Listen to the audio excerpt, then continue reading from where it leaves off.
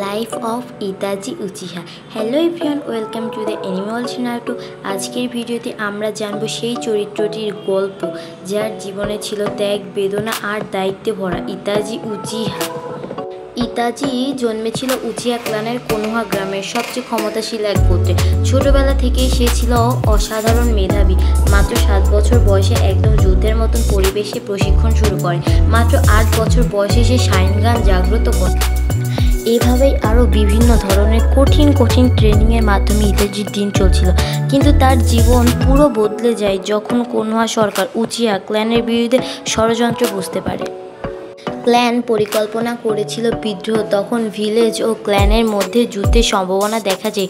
তখন ওই দ্বিধায় পড়ে ইতাজি। এদিকে নিজের পরিবার, আরেকদিকে গোটা গ্রাম। তাকে একটা কঠিন সিদ্ধান্ত নিতে হয়। তার নিজের হাতেই সে হত্যা করে তার গোটা উচিহা ক্ল্যান, নিজের ভাই সাসকেকে বাদ দিয়ে। অনেক বছর সবাই মনে করেছিল ইতাজি একজন খুনি, কিন্তু বাস্তবতা ছিল সম্পূর্ণ ভিন্ন। সে গোপনে কাজ করেছিল কোনোহা গ্রামের জন্য। তার ত্যাগেই যুদ্ধ এড়ানো সম্ভব হয়েছিল। সে ভিলেন হয়ে থেকেছে শুধু তার ছোট ভাই সাসকেকে রক্ষা করার জন্য। ইতাজি শেষ পর্যন্ত মারা যায় তার ছোট ভাই সাসকের হাতে। কিন্তু তার মৃত্যুর পর সাসকে জানতে পারে সত্যি যে তার ভাই আসলে একজন হিরো ছিল।